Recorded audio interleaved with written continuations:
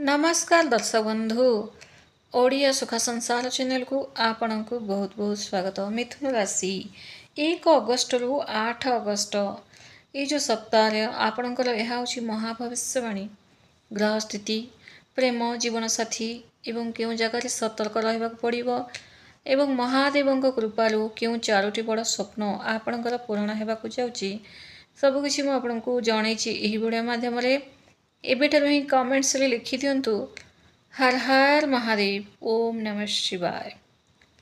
मिथुन राशि व्यक्ति विशेष मानक पाई 1 अगस्ट रु 8 अगस्ट 2026 सप्ताहटी अत्यंत आकर्षणीय हृदयस्पर्शी एवं जीवन रे एक नूतन आशार संचार करथबा शुभ समय फ्रेंड्स। जदि आपण दीर्घ दिन विफलता मानसिक द्वंद्व लोकंकर नकारात्मक व्यवहार एवं कठिन परिश्रम सत्वे उचित फल न पाई निराश हो पड़ते तेबे ये जो सप्ताह आपण भाग्यर द्वार खोल जाऊँगी। ये जो सप्ताह आपण राशि चक्र रे ग्रह मान स्थिति अत्यंत सकारात्मक शक्ति सृष्टि करुच्ची। राशिर अधिपति बुधदेव आपण राशिर स्वामी गोटे अनुकूल गोचर हेतु आपणकर बुद्धि एवं चतुरता हिसाब किताब एवं कार्य कौशल चमत्कार वृद्धि घटेबे। आपण कथा अन्य मानक सहज आकृष्ट करदब। गुरुंकर शुभ दृष्टि आपण ज्ञान और सठिक निष्पत्ति नेबार क्षमता वृद्धि पाइब जहाँ अटकी रही योजना गुड़ी को सफल करदब।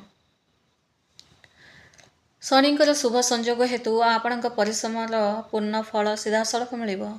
ये जो सप्ताह सारा चंद्रंकर गोचर आपण को आत्मविश्वास और मानसिक स्थिरता दान कर। आपण मन में प्रश्न उठी पारे जे बुद्धिमान और परिश्रमी होई मध्य आपण को असफलता कहीं सब सामना करने को पड़ुछि तासह कहीं आपण जीवन एत कष्ट आसुछि। देखो मिथुन राशि स्वभाव हेउछि एक सांगरे अनेक कार्य करने को चेष्टा करने फल एकाग्रता भंग होई गोटे भी कार्य संपूर्ण हो पार न थाए। गत किछि समय धरी राहु किंबा मंगलंकर अप्रत्याशित प्रभाव जोगु कार्य शेष मुहूर्त भांगी जाउथला। इआड़े आपण फटाफट अन्य लोकों कथारे आसी निजर गोपन कथा कही दियंती कहार सुजोग नहीं अन्य माने आपणक सफलतार बाटरे कंटा साजु थांती। देखो फ्रेंड्स 1 अगस्ट रु 8 अगस्ट आपण जीवन में अद्भुत परिवर्तन हेब। गत किछि दिनर अजना भय अनिद्रा और नकारात्मक भावना दूर हेब। आपण निजको हालुका खुशी और उत्साहित अनुभव करेंगे।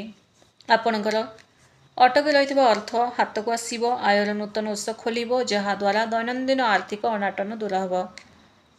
आपण कथबार्ता एवं व्यवहार एपरी हेब जे शत्रु माने आपणकर प्रशंसा करने को बाध्य होगा लगे। जदि परिवार भितर स्वामी स्त्री मध्य कौन मिसअंडरस्टैंडिंग कलह चली तेबे यही सप्ताह से अंत घटब। आपण जीवन साथी आपण भावना को बुझे एवं आपण प्रत्येक निष्पत्ति से साथ देवे। तासह जो मैंने लव रिलेशन अच्छा यही सप्ताहटी अत्यंत मधुर आपण मन को छुई गला भली समय काटिबार सुजोग मिल। प्रेम विवाह पे आग्रही थिबा व्यक्ति को परिवार संपूर्ण सहयोग मिल। किंतु ये जो सप्ताह मिथुन राशि व्यक्ति को किसी क्षेत्र में चालाक रहा पड़ो। क्यों क्षेत्र में जो माने मुह सामने आपणकर प्रशंसा करती जोटा कि आम चाटुकार लोकों कथा कही था जो मैंने आपण मुह सामने प्रशंसा करती ना से आखि बुझिकी विश्वास करंतु नहीं एवं कहा को बड़ अंकर उधार दिंतु नहीं किंबा जमी संपत्ति संबंधी कागज पत्र रे बिना पढ़ी सिग्नेचर कर दिंतु नहीं। टंका पैसा उधार दिंतु नहीं इस समय तासह निजर भविष्य योजना संपर्क में समस्त को जनातु नहीं।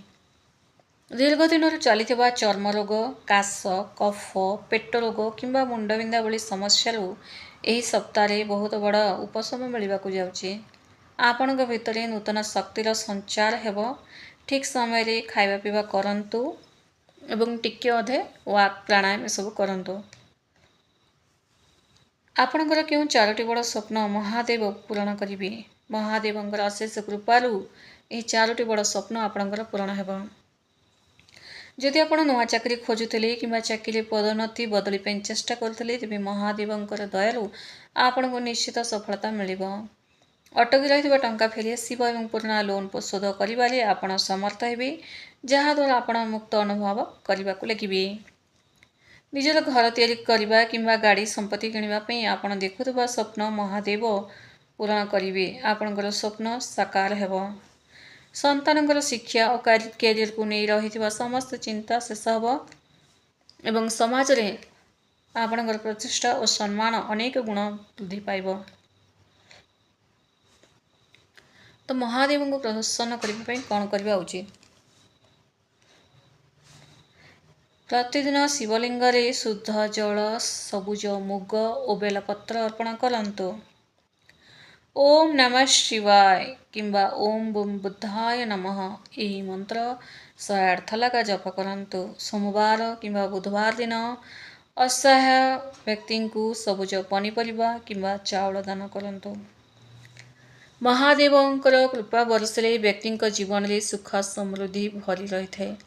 आपण जीवन में वर्तमान जहाँ भी कष्ट चलुचे ना फ्रेंड्स भूली जातु, कारण किछि पास्ट कथा को पुणी बारंबार सी मन रे रखी रखी ना आपण आग को बढ़ी पारती नहीं। कहीं पास्ट कथा दुख कथा मन रखी था भूली जातु। थरे भूलिकी चेष्टा कर देखंतु। मन आपणकर मुंड आपणकर किंतु से आपण नथंती अन्य मानकर कथा अन्य मानकर छवि ही थाए। से मिथुन राशि वाले आपण बहुत पछ रही से ही मनरे अन्य मानकर छवि काढ़ी निजर छवि रखंतु। निजे कौन हेबाकु चाहूचंदी से छविटा आणंतु। एबे ही वर्तमान आपण आखि बंद कर देखंतु कौन आपणकर छवि आपण को ठीक से क्लियर से मन पड़ुची।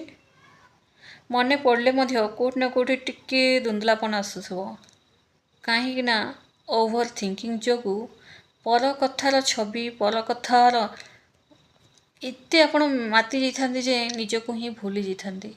से जीवन में एत सारा दुख कष्ट जेति कि ग्रह स्थिति भल थिले मध्य जदि आपण निजको भल से इमेजिन करि परिबे नाही, निजको ठीक से रखिबे नाही, ताहले आ किछि भी हेई परिबो नाही। सेइथिपई तो कहा जे प्रथमे निजको फर्स्ट इंपोर्टेंस दियंतु। जोड़ा आपण मते सुनिथिबे सेल्फ लव। सेल्फ लव माने कोन? निजको इंपोर्टेंस देवा, निजको फर्स्ट रखिबा, तेबे जाई आपणकर सबू रिश्ता प्रेम संपर्क सबकिछि भल हबो। एवं आपण जदि निजको पछ रखिना जेतिकी प्रतिकार कले मध्य किछि काम दिएबनी। तेणु निजको सबुले प्रथम रखंतु। कमेंट्स रे हर हर महादेव निश्चय लिखंतु फ्रेंड्स। धन्यवाद।